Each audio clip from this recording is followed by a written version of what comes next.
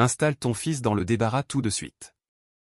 C'est le fils de la personne qui soutient mon précieux fils, il doit donc occuper la meilleure chambre. A hurlé ma belle-mère. Mon mari a simplement gardé le silence, laissant notre fierté se faire piétiner. J'ai souri froidement et j'ai sorti une valise. Cette nuit-là, je n'ai pas seulement emmené mon fils, j'ai coupé la source de vie de cette maison, et ils allaient bientôt réaliser une vérité fatale, sans mon argent, cette maison n'était rien. La sonnerie stridente du réveil sur la table de chevet brisa le silence de l'aube en Normandie. Chloé cligna des yeux. Elle les sentait irrités et lourds. La fatigue d'avoir travaillé tard la veille pesait encore sur ses épaules, mais elle savait qu'elle ne pouvait pas se permettre le luxe d'appuyer sur le bouton de répétition. À ses côtés, son mari, Nicolas, ronflait bruyamment, enfoui sous la couette jusqu'au cou, imperturbable face au réveil ou au mouvement de Chloé qui sortait du lit. Chloé adressa un regard vide à son mari. C'était un regard qui, au fil des années de mariage, avait progressivement perdu l'éclat de l'amour. Elle se dirigea vers la cuisine. Le carrelage était froid sous ses pieds nus. La première chose qui l'accueillit ne fut pas l'arôme du café matinal, mais le bip constant et agaçant du compteur électrique après paiement. Encore, murmura Chloé pour elle-même. Elle se souvenait pourtant l'avoir rechargé de 50 € il y a à peine une semaine. Comment cela avait-il pu s'épuiser si vite? Elle ouvrit le réfrigérateur pour sortir les ingrédients du petit déjeuner et du déjeuner à emporter de son fils Léo. À cet instant, sa belle-mère, Monique, sortit de sa chambre en fronçant les sourcils, ses bigoudis encore en place. Quel boucan à cette heure matinale!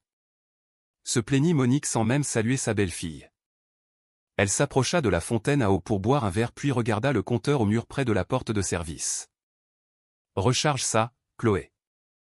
Le bruit s'entend jusque dans la rue. Quelle honte pour le voisinage, on ne peut pas faire autant de raffus. Chloé soupira profondément tout en coupant une carotte. Belle maman, j'ai mis 50 € la semaine dernière. Je crois que vous n'éteignez presque jamais le chauffage ou la climatisation de votre chambre et du salon. Quoi? Maintenant tu me rejettes la faute? Le ton de Monique devint plus aigu. C'était une inflexion offensée que Chloé ne connaissait que trop bien. Une femme âgée a besoin de confort. Si j'ai trop chaud ou trop froid, mes os me font souffrir. Es-tu si calculatrice avec ta belle-mère? Rappelle-toi, Nicolas est mon fils. Tu vis bien grâce à lui. Chloé serra un peu plus fort le couteau, contenant la rage qui montait dans sa poitrine. Ce n'est pas être calculatrice, belle maman. Nicolas n'a pas apporté un seul centime pour les dépenses de la maison ce mois-ci et mon salaire a une limite. Bah, Nicolas est occupé à lancer son entreprise de streaming. Une bonne épouse devrait le soutenir, pas exiger des choses, se moqua Monique en s'asseyant à table pour attendre son petit déjeuner. Qu'est-ce qu'il y a aujourd'hui? J'espère que ce ne sont pas encore des restes. J'ai envie d'un bon bœuf bourguignon ou au moins d'un poulet en sauce. Aujourd'hui, il y a des crêpes au fromage et du cidre, belle maman. Il reste à peine de l'argent pour les courses, répondit Chloé d'une voix monotone. Toute une directrice de département dans une grande entreprise et tu donnes de la pâtée pour chat à ta belle-mère, lança Monique avec sarcasme. Chloé opta pour le silence. Se disputer avec Monique dès le matin ne ferait que consommer son énergie avant la véritable bataille au bureau. Elle termina de cuisiner, prépara l'uniforme scolaire de Léo et réveilla son fils de 5 ans. Léo, contrairement à son père et sa grand-mère, était un enfant doux et compréhensif. Maman, à Léo ça lui suffit un œuf au plat avec du riz. Ne sois pas triste, maman, chuchota Léo à table en voyant le visage sombre de sa mère. Le cœur de Chloé se serra, elle l'embrassa sur le front. Léo, tu dois manger tes crêpes pour devenir très intelligent, d'accord? Juste au moment où Chloé et Léo étaient prêts à partir, elle avec sa veste et Léo avec son uniforme, Nicolas sortit de la chambre en bâillant et en se grattant le ventre. Et, donne-moi un peu d'argent. Environ 100 €, demanda Nicolas sans détour. Pourquoi faire? Demanda Chloé brusquement. Pour acheter du tabac et des données mobiles. Le Wi-Fi de la maison est super lent. Et puis j'ai rendez-vous cet après-midi avec les gars du club de moto. Je dois recharger le compteur électrique. Nicolas, tu ne peux pas utiliser ton propre argent pour ça? Nicolas fit une mine d'enfant boudeur. Que tu es radine avec ton mari. Quand mon entreprise triomphera, je te le rendrai multiplié par 10. Allez, donne-le-moi, je vais être en retard. Monique, qui était assise à table en mâchant la crêpe qu'elle avait dédaignée plus tôt, intervint. Donne-lui et c'est tout. Pourquoi tant de drame, Chloé? Un homme a besoin de socialiser. S'il stresse, la seule perdante c'est toi. Les mains tremblantes d'une colère contenue, Chloé sortit 2 billets de 50 € de son portefeuille et les posa sur la table. Elle ne le faisait pas de bon cœur, mais parce qu'elle ne voulait pas que Léo voie ses parents se disputer le matin. C'est tout ce qu'il reste pour ce mois-ci, dit-elle fermement. Nicolas prit l'argent sans le moindre remords et sourit largement. Merci, chérie. Passe une bonne journée.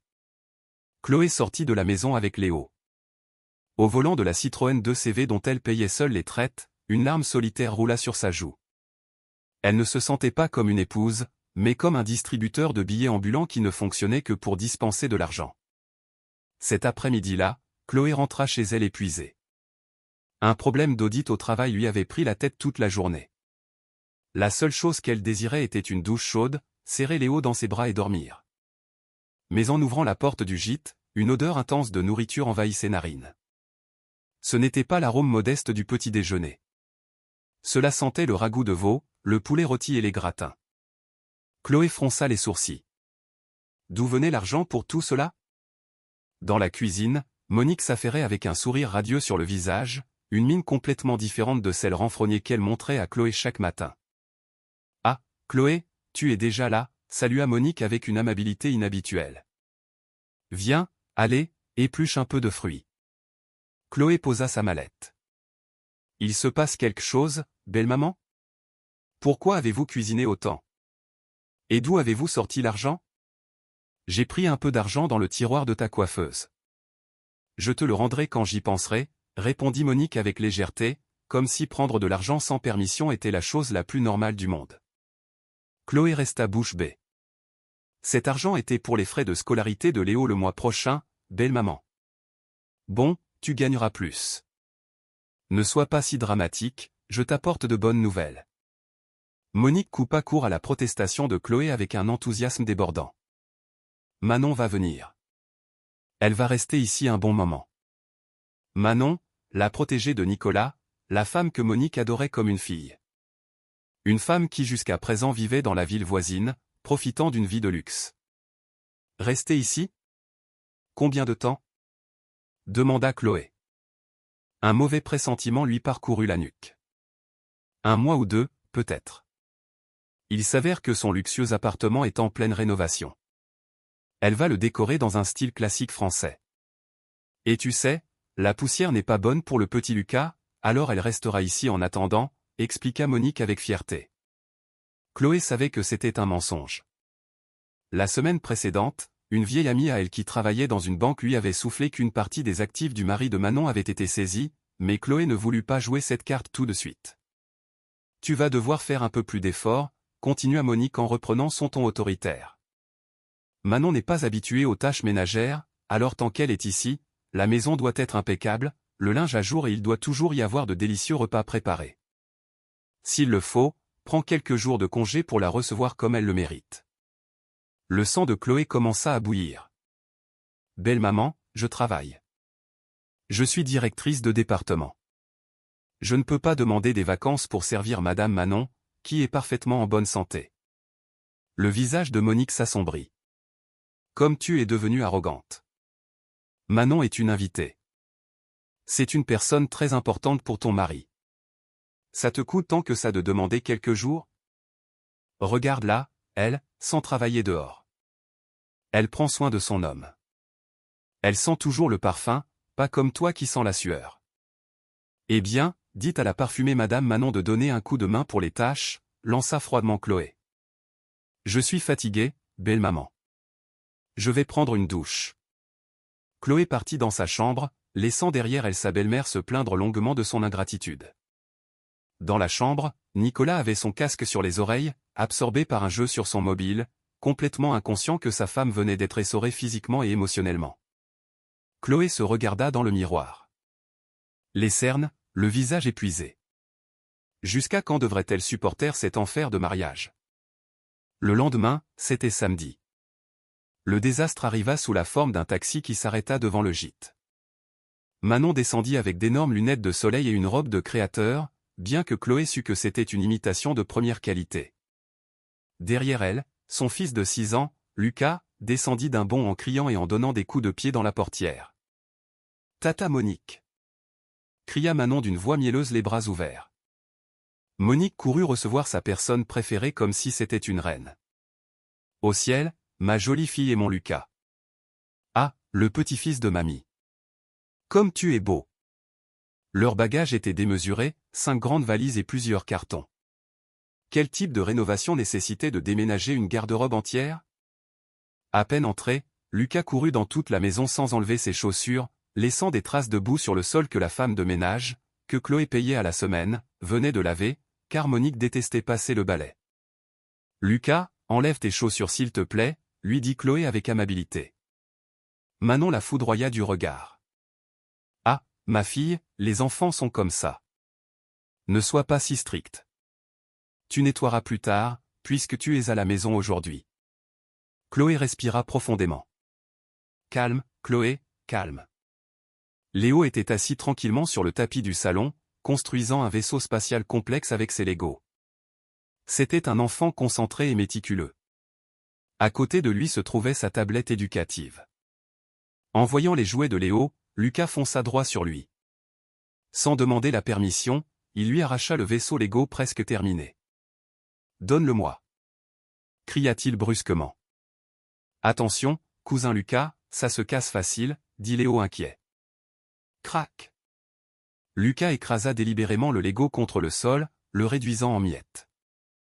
Non content de cela, il piétina les pièces. Léo resta bouche bée et ses yeux se remplirent de larmes. « Lucas !» cria Chloé, se levant d'un bond par pur instinct. Loin d'être effrayé, Lucas rit et fixa son attention sur la tablette de Léo. Il la prit. « Non, ça c'est pour étudier », tenta de l'arrêter Léo. Ils commencèrent à se disputer l'objet. Lucas, qui était plus grand que Léo, poussa son cousin et le fit tomber par terre. Et alors, avec la furie d'un enfant gâté à qui l'on n'a jamais posé de limite, Lucas lança la tablette de toutes ses forces contre le mur.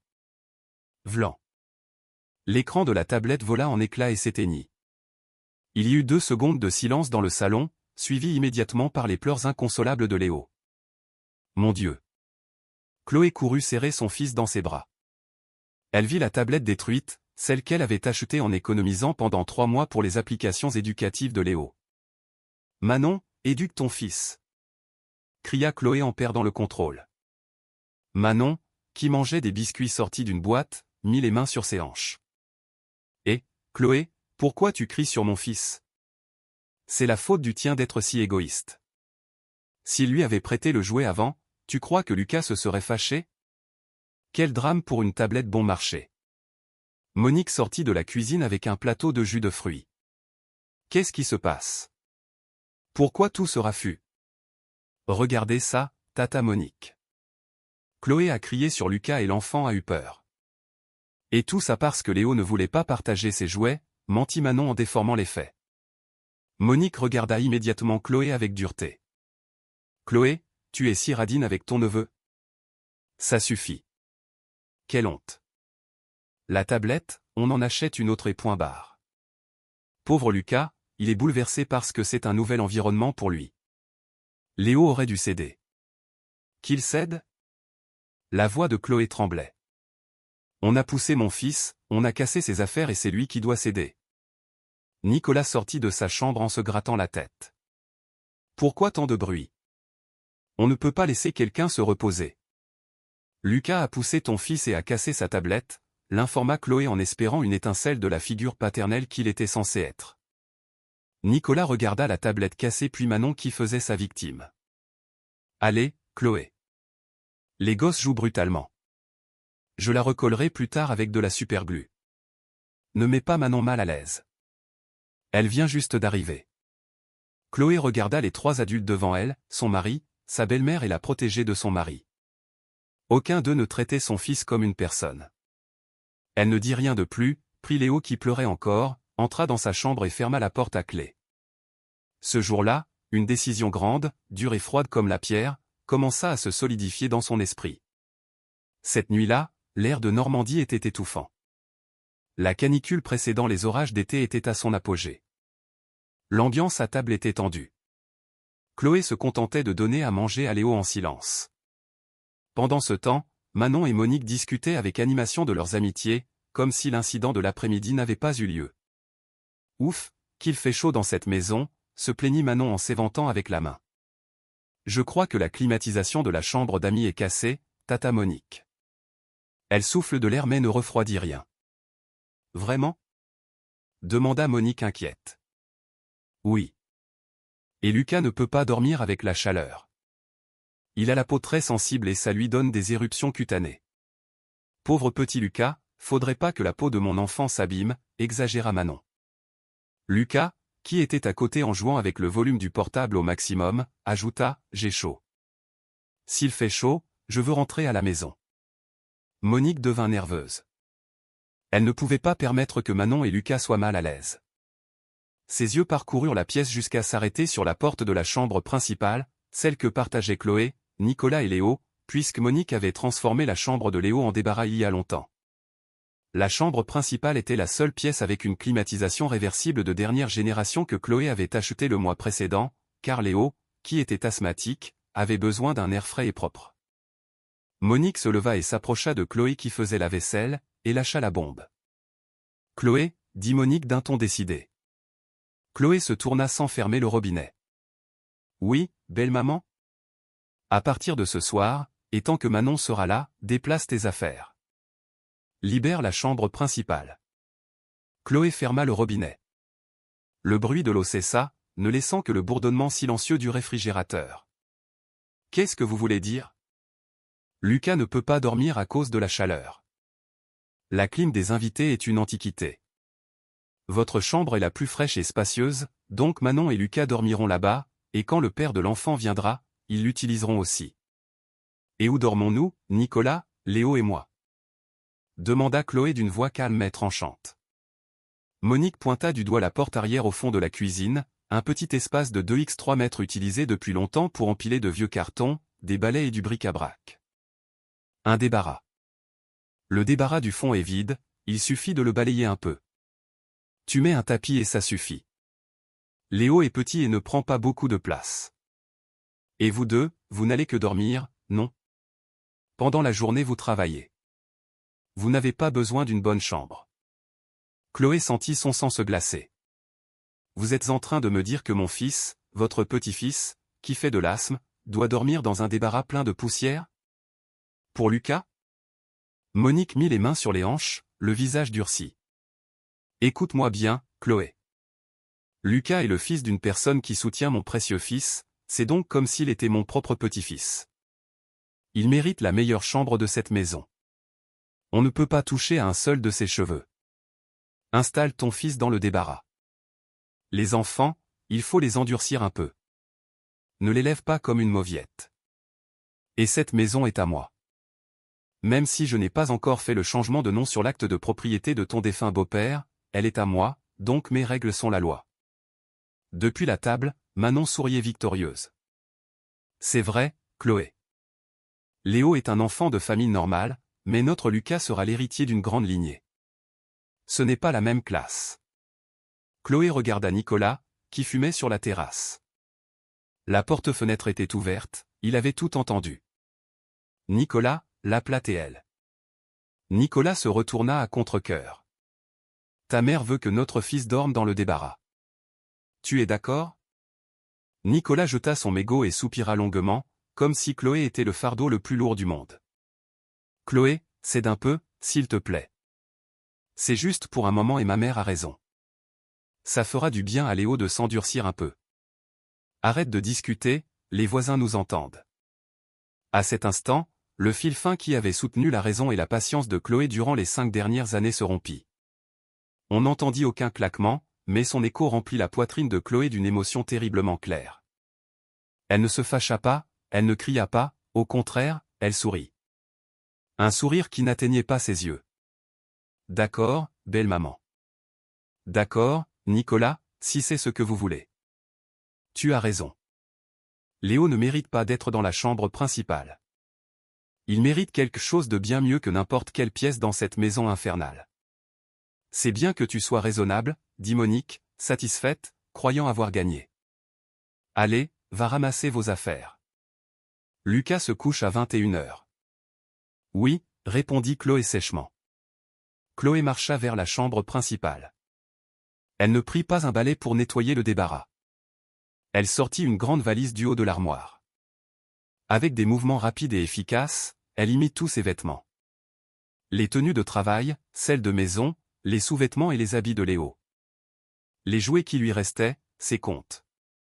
Léo, assis sur le lit, demanda confus, « Maman, on part faire du camping ?» « Oui, mon chéri, on déménage dans un endroit bien mieux. »« Tu aides maman à mettre tes jouets dans le sac ?» dit Chloé avec douceur. Quand elle eut fini avec les vêtements, Chloé sortit de la chambre. Monique et Manon étaient dans le salon, riant aux éclats devant une émission de potins à la télévision. Nicolas était retourné dans la salle de bain. Chloé prit son mobile et composa un numéro. « Oui, bonsoir. Service de déménagement 24H24 ? Oui, j'ai besoin d'un camion tout de suite. Oui, ce soir même. Je vous paierai le double. Et envoyez-moi 3 déménageurs, s'il vous plaît. Je vous envoie la localisation. » Chloé raccrocha et commença à se déplacer comme une tempête silencieuse. Elle débrancha le téléviseur LED de 60 pouces du salon que regardaient Monique et Manon. L'écran devint noir instantanément. « Et, pourquoi tu l'éteins ?» cria Manon. Chloé ne répondit pas, elle enroula le câble.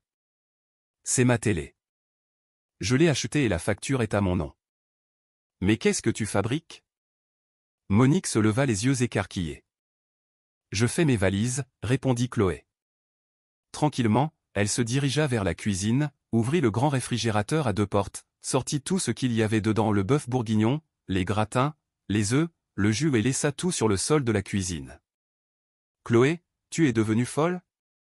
hurla Monique, hystérique en voyant la nourriture éparpillée. « Ce frigo, je l'ai acheté avec ma prime de fin d'année. Nicolas n'a pas mis un centime, donc il est à moi de droit. » Chloé continua de s'activer. Elle débrancha le micro-ondes, le mixeur et même le purificateur d'eau. Quand Nicolas sortit de la salle de bain, il resta pétrifié en voyant le salon qui commençait à se remplir d'appareils électroménagers empilés. « Chloé, qu'est-ce que tu fais ?» cria Nicolas. « Tu m'as demandé de céder, non ? Eh bien je cède, je m'en vais.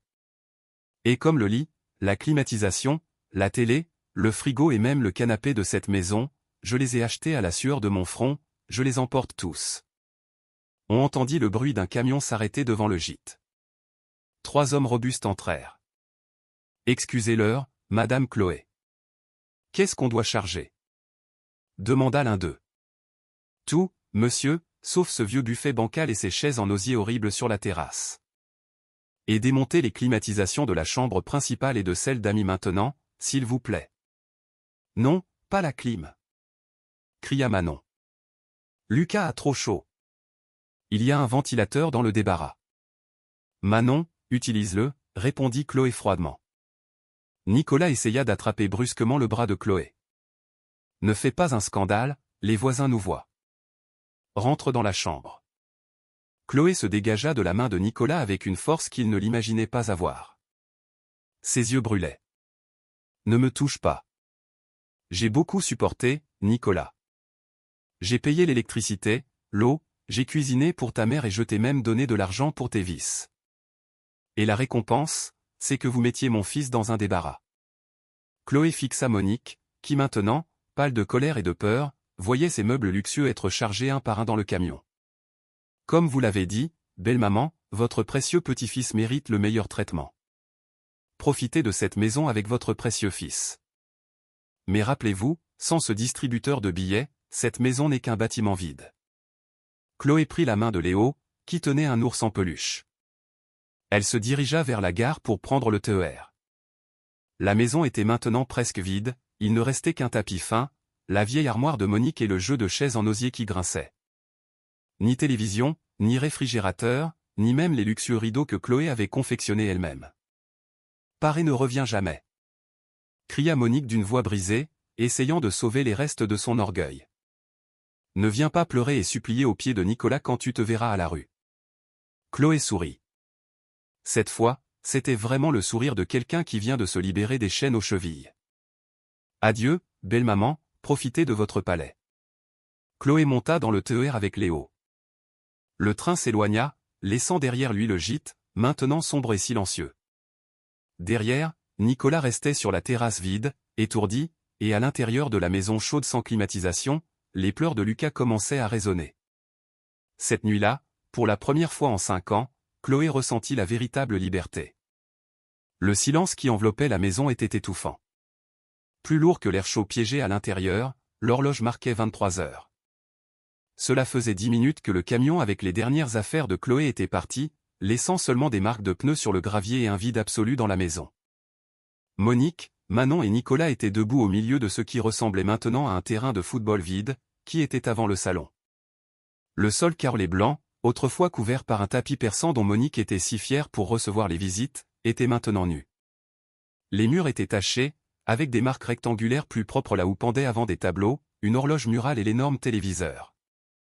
Elle est complètement folle, rompit le silence Manon d'une voix tremblante, non de tristesse, mais d'un mélange de colère et d'incrédulité. Elle a tout emporté, tata Monique. Tout, jusqu'au rideau des fenêtres, pointa Manon vers la fenêtre avant. Maintenant un trou vide qui montrait la rue sombre. Sans intimité, sans luxe. Ingrate, lâcha Monique en frappant le sol dur du pied. Comment ose-t-elle nous faire ça? Tu verras, demain elle reviendra en pleurant et en demandant pardon. Elle essaie juste de nous faire peur. Elle croit qu'elle peut vivre sans le statut d'être l'épouse de Nicolas? Nicolas ne répondit pas aux paroles de sa mère. Il chancela vers la cuisine en espérant trouver au moins un peu d'eau fraîche, mais en ouvrant la porte du vieux réfrigérateur qu'ils avaient laissé, seul un air chaud et une odeur d'humidité l'accueillirent. Les étagères étaient vides, ni bouteilles d'eau, ni fruits, ni restes. Chloé avait non seulement emporté le contenu du bon frigo, mais elle avait débranché le vieux en panne qu'ils avaient laissé, le rendant inutilisable. « J'ai soif », se plaignit Lucas. L'enfant était assis sur le sol dur, le visage rouge à cause de la chaleur et des pleurs. « Maman, je veux du lait froid. »« Mets la clim, maman. »« J'ai chaud. » Manon essayait de sécher la sueur du front de son fils avec une lingette humide qui était déjà sèche. « Tiens bon un peu, ma vie. » Tata Chloé est méchante, elle a emporté la climatisation. Tonton Nicolas t'en achètera une nouvelle, d'accord? Manon regarda Nicolas avec des yeux exigeants. Nicolas se massait les tempes endolories. Manon, d'où je sors l'argent? Hier j'ai dépensé ce qui restait sur mon compte dans des objets pour le jeu. Mais quel genre d'homme es-tu, Nicolas? Cria Manon. Ta femme dévalise la maison devant toi et tu ne fais rien pour l'arrêter. Taisez-vous. Quel mal de tête, coupa brusquement Monique. Elle faisait les 100 pas nerveusement, s'éventant avec un éventail en bambou, le seul objet qui restait. Cette nuit nous dormirons comme nous pourrons et demain je l'appellerai. J'exigerai qu'elle rende tout. S'il le faut, je la dénoncerai à la police pour vol. Maman, elle a tous les reçus, murmura Nicolas sans force. Chloé est méticuleuse. Elle a acheté les appareils et garde sûrement les reçus dans le coffre-fort de son bistrot. On ne peut pas la dénoncer. Ce serait comme la dénoncer pour avoir volé ses propres affaires. Ce fut la nuit la plus longue pour cette famille. Ils furent obligés de dormir dans une seule chambre, celle de Manon, où se trouvait le seul lit restant, le vieux lit de Nicolas avec un ressort qui sortait légèrement, qu'ils avaient déplacé de la chambre principale. Sans climatisation, sans ventilateur. Celui que Chloé avait dit être dans le débarras avait les pales cassées. L'air chaud de Normandie semblait coller à la peau. Les moustiques commencèrent à entrer par les fenêtres sans rideaux. Aïe, se plaignit Monique en se donnant une gifle sur la joue. Pourquoi ces moustiques piquent-ils autant? Lucas pleurnicha jusqu'à devenir enroué. Manon était occupée à éventer son fils avec un vieux magazine. Nicolas, allongé par terre sur une natte rêche, regardait le plafond sombre. À 2 heures du matin, Nicolas se réveilla avec une soif terrible. Il alla à la cuisine, but de l'eau directement au robinet, car il n'y avait pas d'eau en bouteille. Tandis que l'eau tiède du robinet descendait dans sa gorge, Nicolas sentit un goût amer. Ce n'était pas seulement le goût de l'eau, c'était le goût de la réalité qui s'infiltrait lentement. Cette maison avait été fraîche parce que Chloé payait la facture d'électricité de la climatisation. Cette maison avait été pleine parce que Chloé remplissait le réfrigérateur. Cette maison avait été confortable parce que Chloé achetait les lits moelleux. Maintenant le fantôme de la pauvreté, autrefois caché par le salaire de Chloé, commençait à montrer son vrai visage dans chaque recoin sombre de la maison. Le soleil du matin se glissait par les fentes des rideaux d'un appart-hôtel moderne. Contrairement à son ancien gîte étouffant, cet endroit était petit, mais avait une grande baille vitrée avec vue directe sur le ciel bleu. Chloé ouvrit les yeux. Elle sentit la douceur des draps propres. Il n'y avait aucune Monique lui criant dessus pour qu'elle se lève faire le petit déjeuner, ni les ronflements de Nicolas, seulement le bourdonnement silencieux de la climatisation et la respiration régulière de Léo, qui dormait à côté d'elle en serrant un oreiller. Ils avaient emménagé dans un appart-hôtel avec tous les services que Chloé avait loués. C'était le quart de la taille de la maison de Nicolas, mais cela semblait 10 fois plus spacieux sans la pression mentale. « Maman » on entendit la voix somnolente de Léo. L'enfant se frotta les yeux et regarda autour de lui, confus. « Où sommes-nous » Chloé sourit et lui caressa la tête. « Dans notre base secrète, mon fils. À partir de maintenant, c'est notre château. C'est génial. » Léo s'assit et regarda le paysage par la fenêtre. Ses yeux brillaient. C'est haut. Ça ressemble à la maison de Spider-Man. Oui. Et ici personne ne va casser tes jouets et tu peux courir partout sans que personne ne te gronde. Et le plus important, dit Chloé en montrant la poitrine de Léo. Ici, ton cœur est en sécurité. Ce matin-là, ils déjeunèrent des croissants et des tartines de baguette, un menu simple que Monique aurait qualifié de paresseux. Mais pour Léo et Chloé, ce fut le petit déjeuner le plus délicieux du monde parce qu'ils rirent en parlant de la forme des nuages. Après avoir mis des dessins animés à Léo, Chloé s'assit au petit bureau dans le coin. Elle ouvrit son ordinateur portable et l'application de sa banque sur son mobile. Son visage devint sérieux, le mode gestionnaire financier s'était activé. Première étape, blocage. Chloé appela la banque. Bonjour, je voudrais déclarer la perte et annuler les cartes supplémentaires au nom de Madame Monique et de Monsieur Nicolas. Oui, annulez-les définitivement. Non, je ne veux pas qu'elles soient réémises et envoyées à l'ancienne adresse. Deuxième étape, fourniture. Elle ouvrit l'application de la compagnie d'électricité. Le numéro de contrat du gîte de Nicolas était toujours enregistré sur son compte. Il restait peu de crédit. S'il gaspillait, ça couperait dans la demi-journée. Chloé appuya sur le bouton « Résilier le contrat ».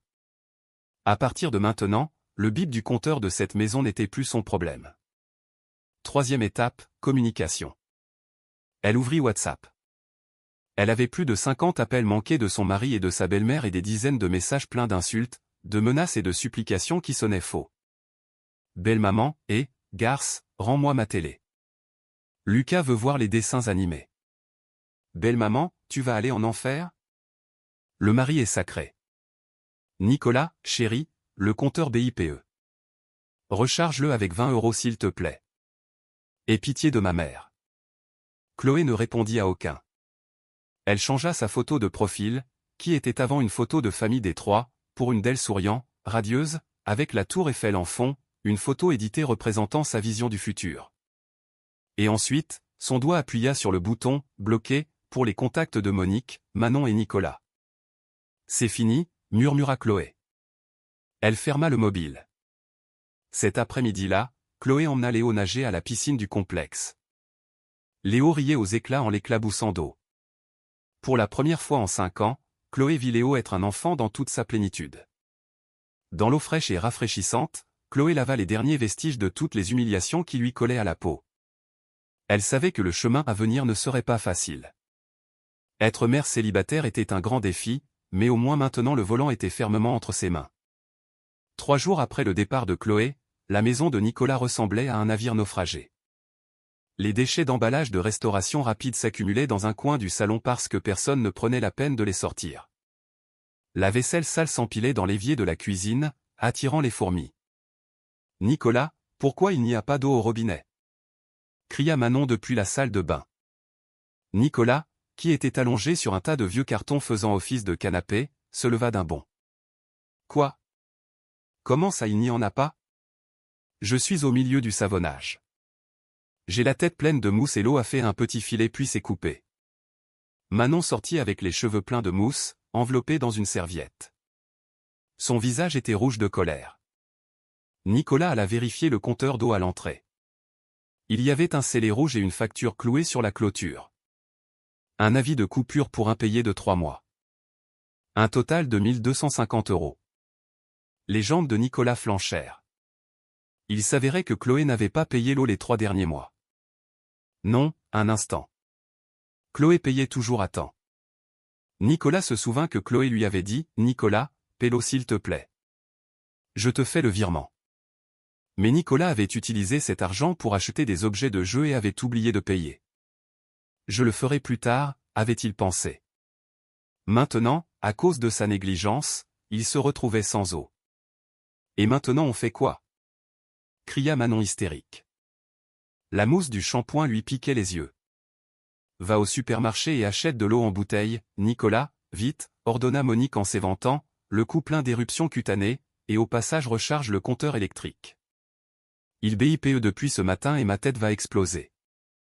Nicolas fouilla les poches de son pantalon, vide.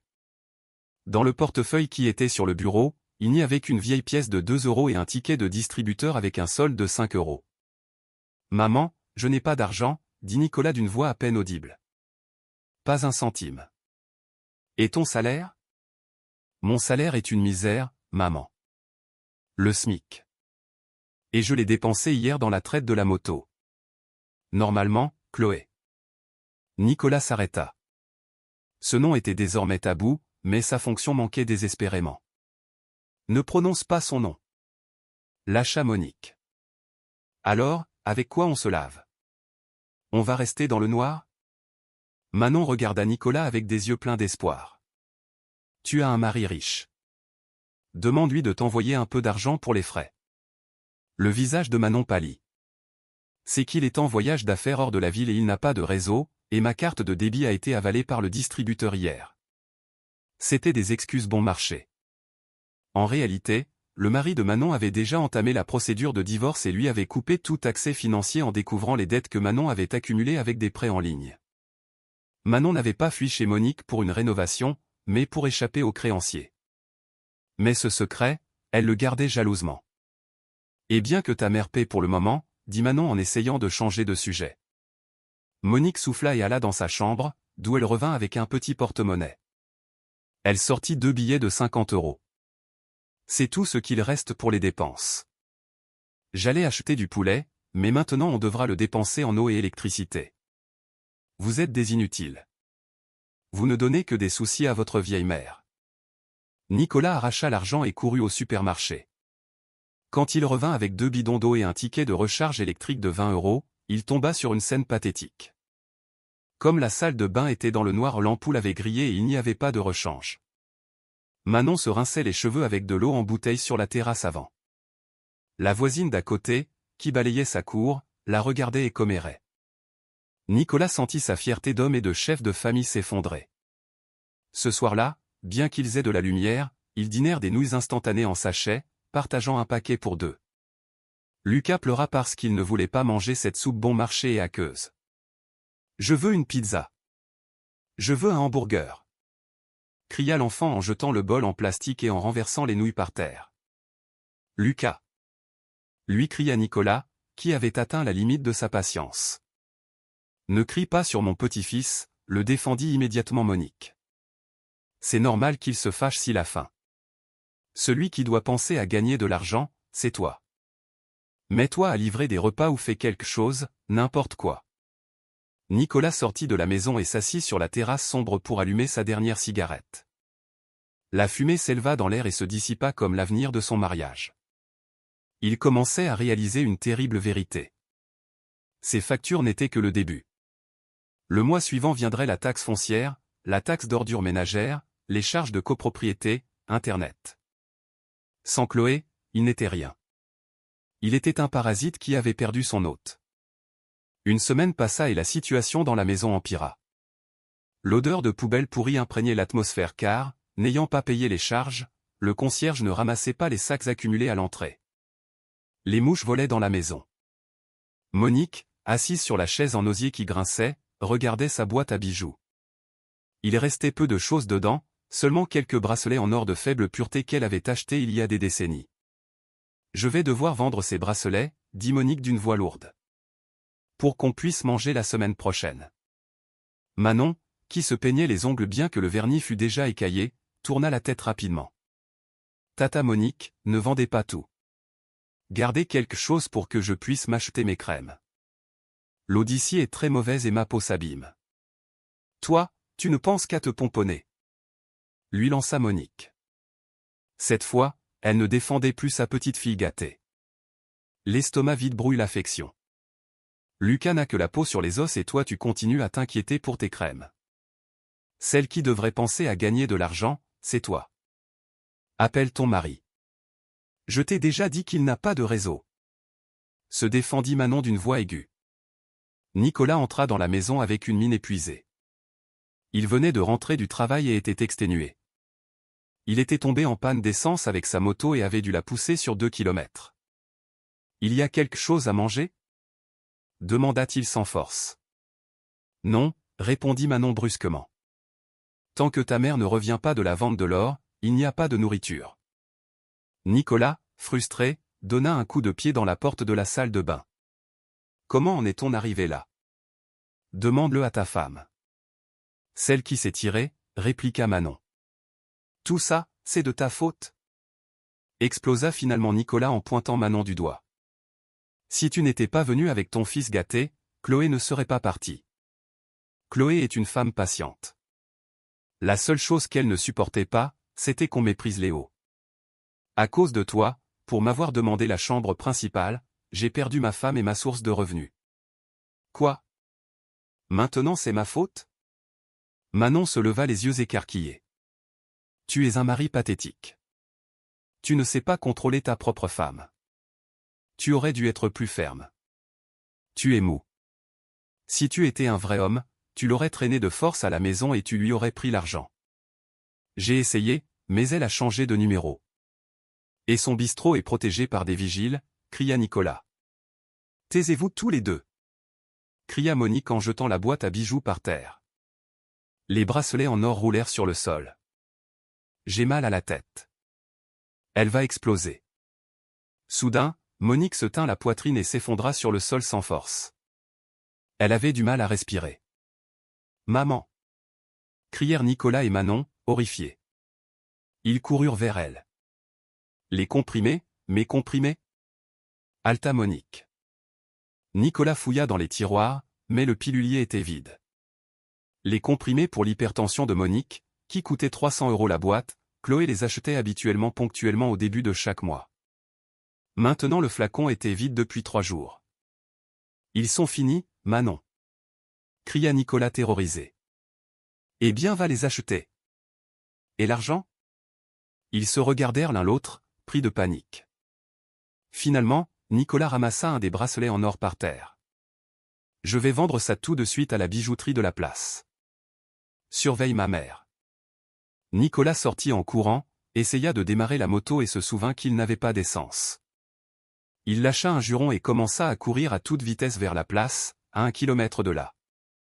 Tandis qu'il courait sous le soleil brûlant de midi, à bout de souffle, Nicolas sentit que le karma était réel. Il se souvenait avoir vu Chloé courir tôt le matin pour rattraper le primeur et acheter des ingrédients frais et bon marché pour sa mère. Il se souvenait l'avoir vu travailler tard pour obtenir une prime et pouvoir payer les médicaments de sa mère. Nicolas ne s'en était jamais soucié.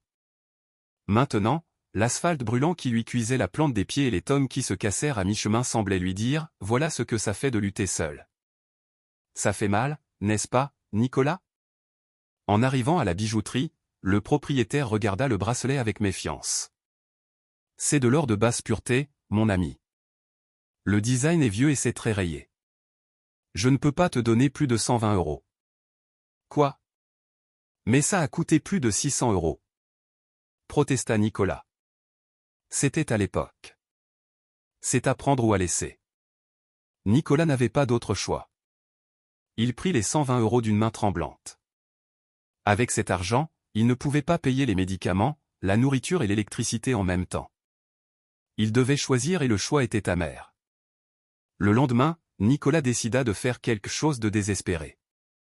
Il n'en pouvait plus. Il avait déjà jeté sa fierté à la poubelle.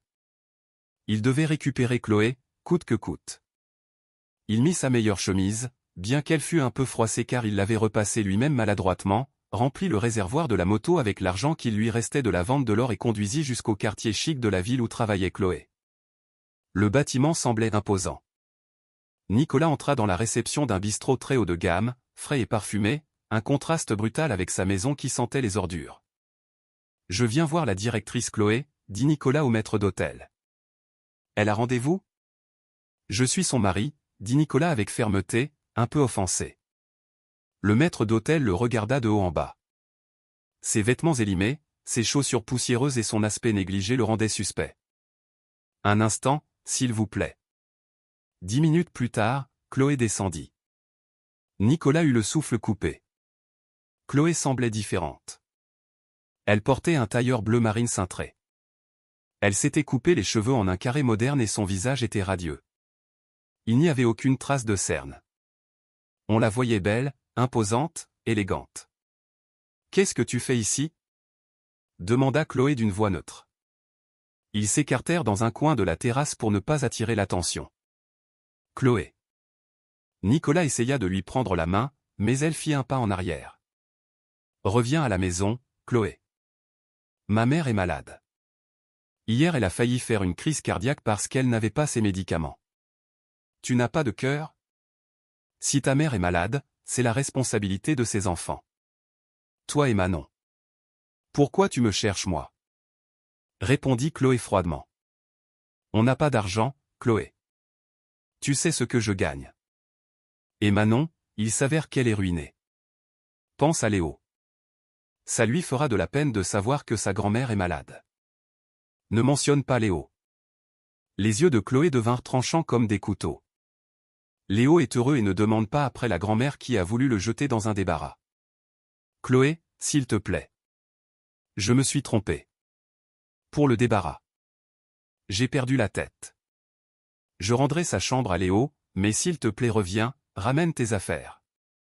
La maison est un enfer sans toi. Chloé lâcha un rire court et sec. Donc tu veux que je revienne non pas parce que tu m'aimes, mais parce que tu as besoin de mes affaires et de mon argent. C'est moi qui te manque ou ton distributeur de billets. Je suis ton mari, Chloé. Tu as l'obligation de m'obéir, commença à hausser le ton Nicolas, attirant les regards de quelques clients. Chloé ne s'émut pas. Elle fouilla dans sa mallette et sortit une enveloppe marron épaisse. Tu es venu au bon moment. Je voulais te remettre ceci. Nicolas prit l'enveloppe, confus. Qu'est-ce que c'est? Ouvre-le. Nicolas déchira l'enveloppe. À l'intérieur, il y avait une liasse de papier. Le titre de la première page était « Demande de divorce ». Le cœur de Nicolas s'arrêta un instant. « Et regarde la deuxième page », dit Chloé. Nicolas tourna la feuille. C'était une liste de dettes. Liquidation du crédit de la moto de Nicolas, 9 000 €.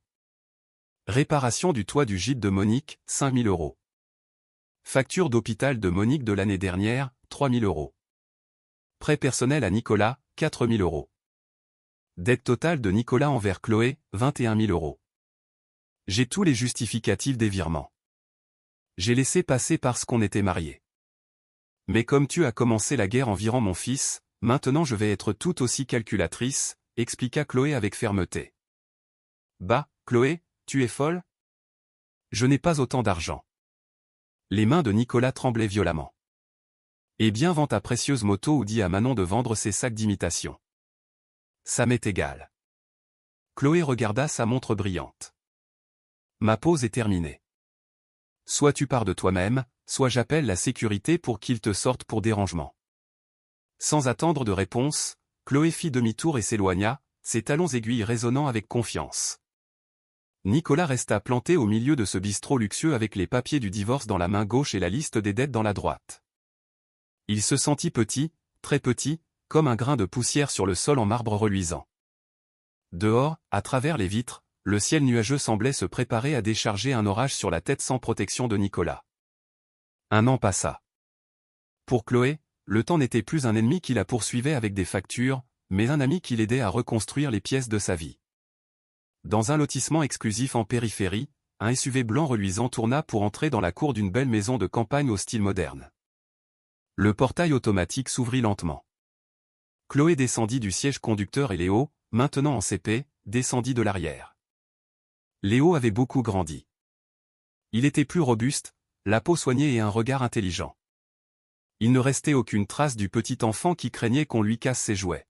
« Maman, les fleurs ont fleuri !» cria Léo en montrant un arbre dans le jardin.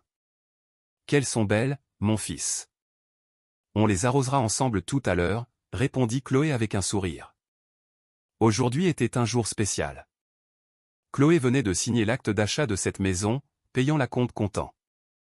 C'était une maison à son nom et seulement à son nom, sans l'interférence de sa belle-mère, sans l'ombre de Nicolas. Après le divorce, la carrière de Chloé avait décollé. Sans la charge mentale de son foyer, sa performance au travail fut imparable. Elle dirigea avec succès un grand projet qui sauva l'entreprise de pertes millionnaires et fut promue plus jeune directrice financière du département. Ils entrèrent dans la maison. Le salon avait de hauts plafonds, ce qui faisait circuler l'air et le rendait très frais. Dans un coin, séparé par une verrière, se trouvait la salle de jeux et d'études de Léo. Chloé n'y avait mis aucun vieil objet. Elle avait rempli l'espace avec une bibliothèque pleine d'encyclopédies, un bureau ergonomique et un énorme set de Lego dont Léo avait seulement rêvé. « Ce n'est pas un débarras, n'est-ce pas maman ?» avait demandé innocemment Léo la semaine dernière en voyant la pièce pour la première fois. Une question qui brisa le cœur de Chloé.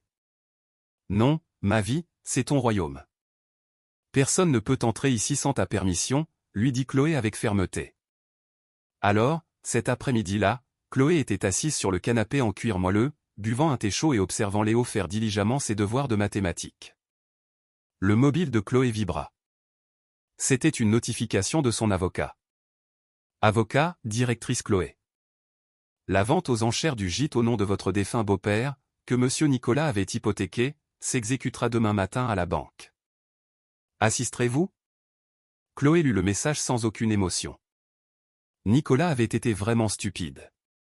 Durant la procédure de divorce, on découvrit que l'acte de propriété de la maison où vivait Monique avait été en réalité volé par Nicolas dans l'armoire de sa mère et hypothéqué auprès d'un organisme de crédit à taux élevés pour payer ses dettes de jeux en ligne qui s'accumulaient comme une boule de neige. Les traites n'avaient pas été payées depuis 1 an. Chloé tapa une réponse courte. Non, maître. Cette maison n'est plus ma maison. Assurez-vous seulement que les droits sur Léo soient blindés et qu'il ne puisse pas s'approcher de lui. Elle posa le mobile. Le soleil se couchait merveilleusement, baignant sa nouvelle maison d'une lumière dorée. Chloé se sentit pleine. Elle n'était plus un ensemble de verres brisés, elle était maintenant un diamant poli par la pression. Tandis que le soleil se couchait merveilleusement sur la maison de Chloé, dans l'ancien gîte de Monique, il semblait que le soleil ne se levait jamais. Ce matin-là, l'ambiance dans le vieux quartier était tendue. 2 fourgonnettes noires s'arrêtèrent devant la porte du gîte, dont la peinture était très écaillée. 4 hommes robustes descendirent accompagnés par 2 policiers et un huissier. Monique étendait le linge, car la machine à laver était tombée en panne et n'avait toujours pas été réparée. En les voyant, son cœur s'arrêta. « Qu'est-ce qu'il se passe ? Qui êtes-vous ? » cria Monique d'une voix brisée. « Bonjour, madame. Nous apportons un ordre d'expulsion pour saisie immobilière, selon le jugement du tribunal pour impayé du prêt de monsieur Nicolas, dit l'un des hommes d'une voix neutre mais ferme. Quoi ? Les yeux de Monique s'ouvrirent comme des soucoupes. Quel prêt ? C'est ma maison. L'acte est dans mon armoire. Nicolas, le visage bouffi et les cheveux en bataille, à peine levés, sortit en tremblant. Il savait que ce jour arriverait, mais n'avait pas eu le courage de le dire à sa mère. Nicolas, qu'est-ce que ça veut dire ? Monique attrapa son fils par le col de sa chemise élimée. Nicolas baissa la tête. Il n'osait pas regarder sa mère dans les yeux. Désolé, maman. J'ai pris l'acte il y a 1 an. Je pensais pouvoir rembourser le prêt si je gagnais au pari. Paf. Monique gifla Nicolas de toutes ses forces, le faisant chanceler. Sois maudit. Tu as vendu la maison de tes parents pour le jeu ?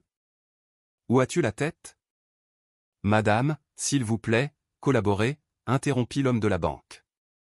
Nous vous donnons 1 heure pour rassembler vos effets personnels. Ensuite nous placerons les scellés. 1 heure. Seulement 1 heure pour mettre fin à 30 ans d'histoire dans cette maison. La panique se répandit. Manon, qui dormait, fut obligée de se lever.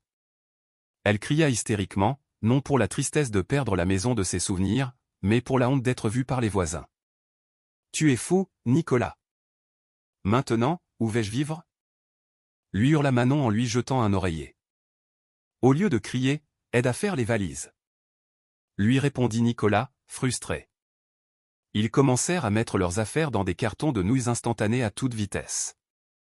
Les vêtements étaient jetés n'importe comment. Les photos de famille sur les murs restèrent là, faute de temps pour les décrocher. Les voisins commencèrent à se rassembler à la porte, profitant du spectacle gratuit. On entendait clairement les chuchotements. « Regarde, pour avoir fait la maligne avec la belle-fille, maintenant elle se retrouve à la rue. » Et oui, c'était Chloé qui entretenait cette maison. Tant de frimes et regarde comment ça finit. Le visage de Monique devint rouge d'une honte insupportable. Elle sortit par la porte en chancelant, traînant une vieille valise. Elle n'osait pas regarder les voisins. Sa fierté, qu'elle tenait avant comme si c'était le ciel, était maintenant piétinée sur le bitume chaud. Lucas pleurait à tue-tête parce qu'il avait laissé son robot jouer à l'intérieur et l'huissier ne le laissait pas rentrer. « Mon robot, mon robot. Tais-toi maintenant !» lui cria Manon brusquement. Le stress lui faisait oublier qu'elle était une mère aimante. 1 heure plus tard, les agents fermèrent la porte principale et collèrent un grand autocollant rouge de saisie. Cet immeuble est sous la possession de la banque. Les 4 Monique, Nicolas, Manon et Lucas restèrent sur le trottoir avec un tas de cartons et de valises. Sans voiture. La moto de Nicolas avait été reprise par la société de crédit le mois précédent. Sans endroit où aller. « Maman, où on va maintenant ?» demanda Nicolas à voix basse. Monique regarda Nicolas avec des yeux pleins de haine. « Ne m'appelle pas maman. Va chercher une chambre à louer pas cher dans cette ruelle là-bas avec l'argent de mon dernier collier. Vite. » Ce jour-là, ils déménagèrent dans une chambre au fond d'une ruelle humide et étroite, une seule pièce sans cloison, des toilettes extérieures communes et un toit en tôle qui transformait la pièce en four pendant la journée. C'était leur nouveau palais, un véritable débarras. 2 semaines à vivre dans cette chambre firent ressortir la véritable nature humaine.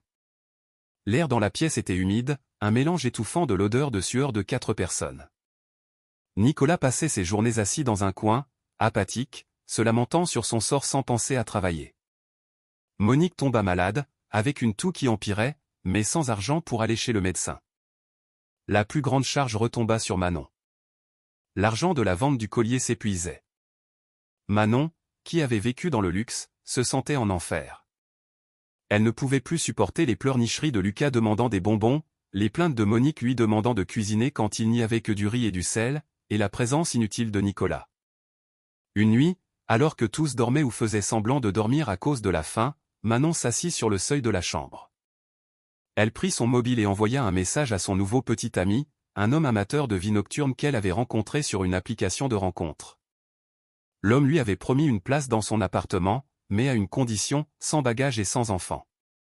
Manon regarda à l'intérieur de la chambre. Elle vit Lucas dormant recroquevillé sur une couverture fine avec des piqûres de moustiques. Elle ressentait de l'affection pour lui, mais son égoïsme était bien plus grand. Elle ne voulait pas vieillir dans cet endroit misérable, à s'occuper d'une mère malade et d'un fils plaignard. Désolé, Lucas. Maman doit se sauver d'abord, chuchota Manon pour elle-même. Avec précaution, Manon fit sa valise. Juste une paire de ses plus belles robes et les cosmétiques qui lui restaient. Elle ne mit pas un seul vêtement de Lucas. À 3 heures du matin, une berline la récupéra au bout de la ruelle. Manon partit sans regarder en arrière. Elle laissa une note au chevet du lit de Monique. Le matin, les cris de Monique réveillèrent Nicolas et Lucas. « Manon, où est Manon ?» Nicolas se leva d'un bond, alarmé. « Qu'est-ce qu'il y a, maman ?» Manon n'est pas là, ni sa valise. Monique tenait une note d'une main tremblante. Nicolas la lui arracha et la lut. C'était l'écriture hâtive de Manon. « Belle maman, Nicolas, je ne peux pas vivre dans cette misère. Je pars chercher mon propre bonheur. Prenez bien soin de Lucas, s'il vous plaît. ne me cherchez pas. J'ai besoin de respirer. » Un silence sépulcral s'installa dans la petite chambre. Lucas, à peine réveillé, demanda « Où est maman, mamie ? Elle est partie acheter le petit déjeuner ?» Monique s'effondra sur le sol. Les larmes jaillirent. Ce n'étaient pas des larmes de tristesse, mais de douleur pour la trahison. La fille qu'elle avait le plus idolâtrée, pour qui elle avait chassé une bonne belle-fille comme Chloé, l'avait abandonnée comme une ordure maintenant qu'il ne lui restait rien. « Ta mère est partie, Lucas, » sanglota Monique. « Ta mère est une mauvaise personne. »« Maman !» cria Lucas hystérique, courant vers la porte, mais la ruelle était vide. Maintenant la charge de Monique s'était multipliée, dans sa vieillesse malade, elle devait s'occuper d'un petit-fils gâté et d'un fils déprimé dans cette boîte en béton brûlante sans un sou. Le karma n'avait pas seulement frappé à sa porte, il l'avait enfoncé et avait tout détruit. 3 mois plus tard, le destin obligea Monique à s'abaisser au niveau le plus bas. Pour survivre, elle commença finalement à accepter des travaux de lessive et de repassage à l'heure pour les voisins du quartier. Pendant ce temps, Nicolas obtint un travail qu'il méprisait avant car il le considérait comme rude, porteur au marché de gros. Ce dimanche-là, Monique venait de toucher sa paie hebdomadaire. C'était une misère, mais suffisant pour acheter à son petit-fils le poulet frit de restauration rapide dont il rêvait depuis si longtemps. Lucas était maintenant maigre, la peau rêche et avec des cicatrices de piqûres de moustiques sur les jambes. Il était devenu silencieux et mélancolique. « Allez, mon petit. On va faire un tour au centre commercial pour manger du poulet, » dit Monique. Elle mit ses meilleurs vêtements, décolorés et avec une reprise sous l'aisselle. Ils prirent le bus de ligne jusqu'au centre commercial le plus proche. En entrant, une bouffée d'air conditionné les accueillit. Monique ferma les yeux un instant, profitant de cette fraîcheur luxueuse qui lui rappelait son ancienne maison. La maison qui était fraîche grâce à l'argent de Chloé. Ils se dirigèrent vers la zone de restauration. Alors qu'ils attendaient dans la file, une image familière capta l'attention de Monique. Dans un restaurant japonais semi-ouvert aux parois de verre, 2 personnes qu'elle connaissait très bien étaient assises, Chloé et Léo. Leur apparence était le jour et la nuit comparée à celle de Monique et Lucas. Chloé portait un élégant chemisier en soie crème. Ses cheveux étaient impeccablement coiffés et son visage resplendissait de santé. Léo portait un polo de marque et un jean propre. Il riait en essayant d'attraper les sushis avec ses baguettes. Leur table était pleine d'une variété de plats, sashimi, tempura, sukiyaki, abondants et luxueux. Monique resta glacée. Ses pieds semblaient cloués au sol du centre commercial. Elle vit le petit-fils qu'elle avait une fois voulu faire dormir dans un débarras. Maintenant il ressemblait à un petit prince. Pendant ce temps, son précieux petit-fils Lucas était à côté d'elle, avec un t-shirt détendu et des tongs sales, regardant avec des yeux affamés la nourriture dans l'assiette d'un autre. « Mamie, c'est tata Chloé ?» demanda Lucas à voix basse. « Et Léo ?» Monique ne répondit pas. Un mélange de honte, d'envie et de regret devint un nœud amer dans sa gorge. Soudain, Léo tourna la tête vers la vitre. Ses yeux rencontrèrent ceux de Monique. Léo arrêta de rire. Son visage radieux devint méfiant. Il posa ses baguettes et tira sur la manche de Chloé. « Maman » chuchota-t-il. Chloé suivit le regard de Léo et tourna la tête. Leurs regards se croisèrent. À 10 mètres de distance, Chloé ne détourna pas les yeux. Elle regarda Monique avec une expression indéchiffrable. Ce n'était pas une haine explosive, mais le regard froid d'une reine observant un mendiant inconnu. Un regard qui disait « Tu n'as plus aucun pouvoir sur moi ». Monique trembla. Une impulsion s'empara d'elle. Peut-être, juste peut-être, restait-il à Chloé un peu de compassion. Peut-être que si elle la suppliait, Chloé lui donnerait un peu d'argent ou au moins les inviterait à manger. Sans réfléchir, Monique commença à traîner Lucas vers le restaurant. Chloé, voyant le mouvement de Monique, fit immédiatement signe au serveur pour demander l'addition, mais Monique était déjà arrivée à l'entrée ouverte du restaurant. Chloé, appela Monique d'une voix tremblante qu'elle avait forcée pour paraître pathétique. « Léo, mon petit-fils. » Les gens du restaurant commencèrent à se retourner. Le contraste entre la femme élégante mangeant des sushis et la grand-mère débraillée avec un enfant à l'aspect pauvre était évident. Léo recula instinctivement sa chaise et se cacha derrière Chloé. Son petit corps tremblait. Le traumatisme des cris de Monique et des méchancetés de Lucas était encore présent. Mamie, ne te fâche plus s'il te plaît, murmura Léo effrayé. Les mots innocents de Léo frappèrent Monique plus fort qu'une gifle. Mamie n'est pas fâchée, mon petit. Tu m'as manqué. Viens, fais un câlin à mamie. Monique tendit ses mains sales pour toucher Léo. À côté d'elle, Lucas baissait seulement la tête, honteux. Chloé se leva. Son mouvement fut élégant, mais plein de menaces.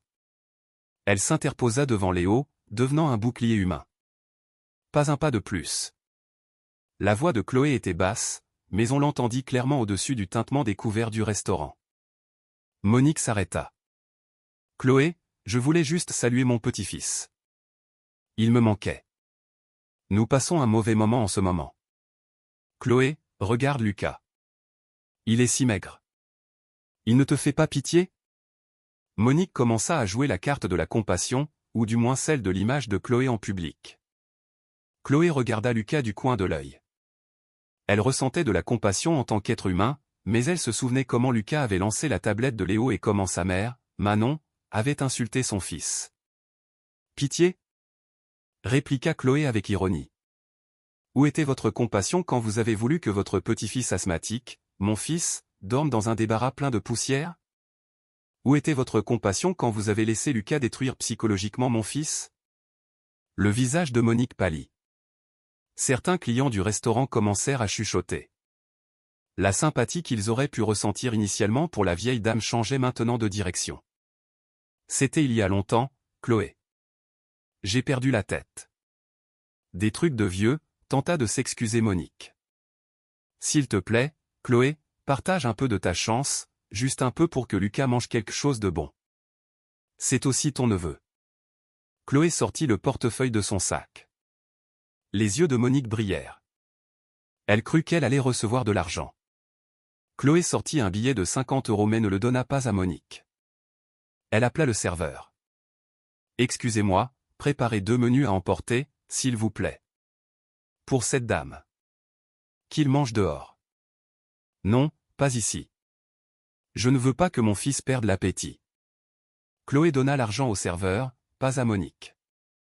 Chloé, tu me traites comme une mendiante? Cria Monique, bien que ses yeux ne pouvaient s'empêcher de lorgner le menu. Chloé s'approcha un peu et fixa les yeux de son ex-belle-mère. Vous n'êtes pas une mendiante, vous êtes une inconnue. Et une chose de plus, Chloé pointa la poitrine de Monique avec son index soigné. Ne vous avisez pas de retoucher mon fils avec les mêmes mains avec lesquelles vous l'avez un jour jeté. Léo n'est plus le petit-fils que vous pouvez mettre dans un débarras. C'est mon trésor et je le protégerai de ma vie. Restez éloigné ou j'appelle la sécurité.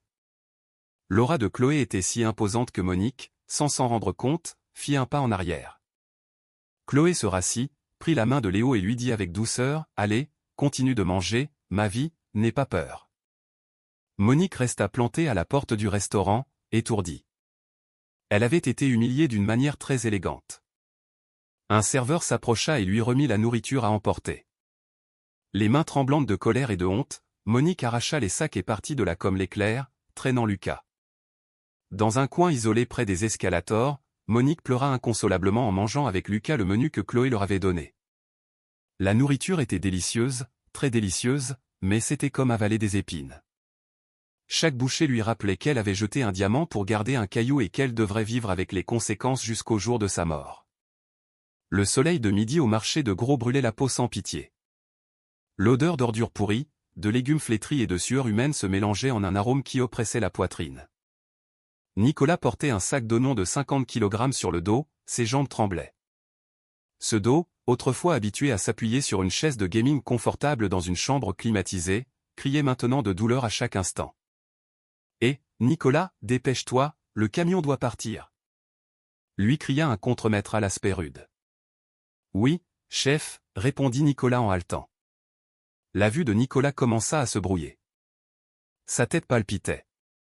Il n'avait rien mangé depuis le matin parce que l'argent que Monique avait gagné en lavant le linge avait été dépensé pour acheter du lait pour Lucas, qui pleurnichait de faim. La tension artérielle de Nicolas, déjà haute à cause du stress et d'un régime à base de nouilles instantanées et de friture, atteignit un point critique.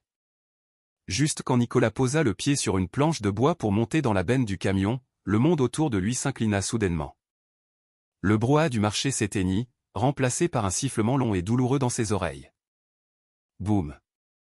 Le corps de Nicolas s'effondra et le sac d'oignons tomba sur ses jambes. Il convulsa brièvement puis resta rigide. Sa bouche se tordit et la salive coulait sans contrôle. Et, Nicolas est tombé. À l'aide. Le marché plongea dans le chaos. Plusieurs personnes soulevèrent Nicolas et l'emmenèrent sur le trottoir. Pendant ce temps, dans la chambre chaude, Monique repassait le linge d'une voisine, supportant la douleur de ses genoux arthritiques. Lucas dormait sur le sol nu, la sueur trempant son cou sale. Le vieux mobile de Nicolas qu'il avait laissé à la maison vibra. C'était un appel du contremaître du marché. « Bonjour, êtes-vous la mère de Nicolas ? Votre fils s'est effondré. Ça ressemble à une attaque cérébrale. Nous l'avons emmené en bus aux urgences de l'hôpital municipal. Venez vite. » Le monde de Monique s'effondra pour la seconde fois. Elle laissa tomber le fer chaud. Par chance, pas sur le linge du client. « Nicolas » murmura-t-elle. Sans le temps de réfléchir, elle réveilla brusquement Lucas. « Debout, on doit aller à l'hôpital. » Lucas se mit à pleurer, effrayé, mais Monique le traîna dehors. Dans le bus bondé, Monique compta les pièces de son porte-monnaie en tissu. Seulement 15 €. Ce ne serait même pas suffisant pour l'enregistrement à l'hôpital et encore moins pour les médicaments. L'assurance maladie de Nicolas avait expiré depuis longtemps, puisque personne n'avait payé les cotisations depuis que Chloé était partie. En arrivant aux urgences, Nicolas était déjà sur un lit avec un masque à oxygène. Un médecin de garde regarda Monique avec un visage sérieux. « Vous êtes de la famille ? » Le patient a subi un accident vasculaire cérébral hémorragique. Il est dans un état critique et doit être transféré en soins intensifs immédiatement, possiblement pour une intervention chirurgicale. Le dépôt initial est de 5 000 €. Vous devez le régler tout de suite pour que nous puissions procéder. 5 000 €? Les genoux de Monique flanchèrent. Si elle ne s'était pas appuyée au mur, elle serait tombée. « Docteur, je n'ai que 20 €. Désolé, madame. Ce sont les règles de l'hôpital. Sans garantie de paiement, nous ne pouvons fournir que les soins de base. » Monique regarda Nicolas inconscient. Son fils, son espoir pour la vieillesse. Son esprit s'accéléra. Qui aurait de l'argent? Manon avait disparu. Ses proches avaient déjà coupé le contact, craignant qu'elle ne leur demande de l'argent. Un seul nom lui vint à l'esprit. Un nom qu'elle haïssait profondément, mais qui était son seul espoir. Chloé. Les mains tremblantes et la fierté déjà piétinée par elle-même, Monique demanda à emprunter le téléphone d'une infirmière et appela le bistrot-bureau de Chloé, puisque son numéro personnel était bloqué. « Bonjour, passez-moi la directrice Chloé, s'il vous plaît. Dites-lui que c'est une urgence, une question de vie ou de mort. » Chloé arriva 1 heure plus tard. Elle n'arriva pas en courant comme une épouse terrorisée de perdre son mari. Elle marcha avec calme. Le bruit de ses talons contre le sol de l'hôpital était décidé. Elle portait un tailleur impeccable. Son sac de marque accroché au bras contrastait avec la misère du couloir de cet hôpital de 3e zone. Monique, qui était assise par terre en serrant Lucas, se leva dès qu'elle la vit. Les larmes jaillirent. Cette fois, c'étaient de vraies larmes, des larmes de peur. « Chloé, sauve Nicolas. Chloé, il est en train de mourir. » Le médecin dit qu'il faut 5 000 € tout de suite, supplia Monique en essayant de prendre la main de Chloé. Chloé ne la repoussa pas, mais ne répondit pas non plus au geste. Elle regarda Nicolas de loin. L'homme avait un aspect pathétique, plus vieux qu'il ne l'était, maigre, sans défense. Il ne restait aucune trace de l'arrogance de cet homme qui avait un jour dit à sa femme de céder pour sa protégée. « Où est le médecin ?»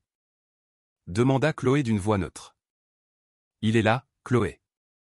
Tu vas payer, n'est-ce pas? Tu l'aimes encore? » C'est le père de Léo, balbutia Monique.